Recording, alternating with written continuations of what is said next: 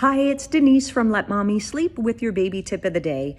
Now, yesterday we reminded parents about the ban on incline sleepers. This means that any product that was previously marketed as safe to sleep, where you would place baby in it at an angle, is now deemed unsafe. We know now that the 30-degree angle, which babies were sleeping in, is enough to constrict baby's airways if their head falls forward. Secondly, if baby's head turns to the side, they don't always have the strength to move it back to where the air is flowing.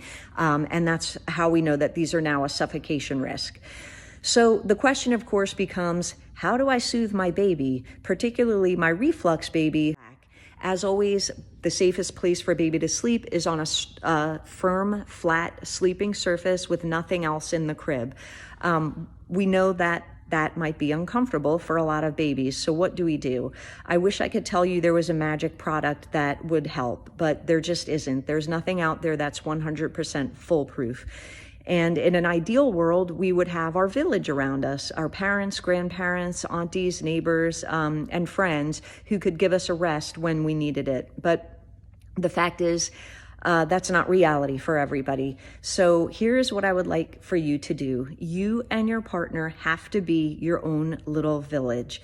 And in these early months, when you're in survival mode, each of you has to give each other blocks of time when the other is completely off. So what I mean is, if one of you's been at work all day and you get home at 6, hang out for a little bit, but then one of you go to sleep from 7 to midnight or 7 to 1 or whatever. And during that time, the other partner is with baby, caring for baby. If baby's sleeping during this time, that's fine. You're more of the, on-call parent, I guess.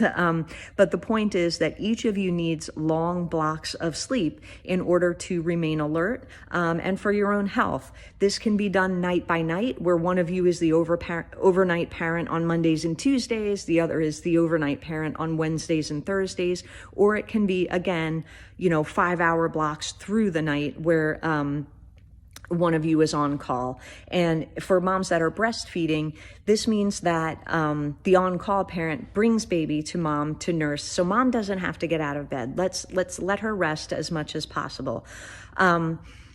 This is going to feel weird because it's different than anything you've done up in your life before baby arrived. You want to watch Netflix, you want to eat dinner, it feels weird to have this schedule, and you want to hang out with your partner.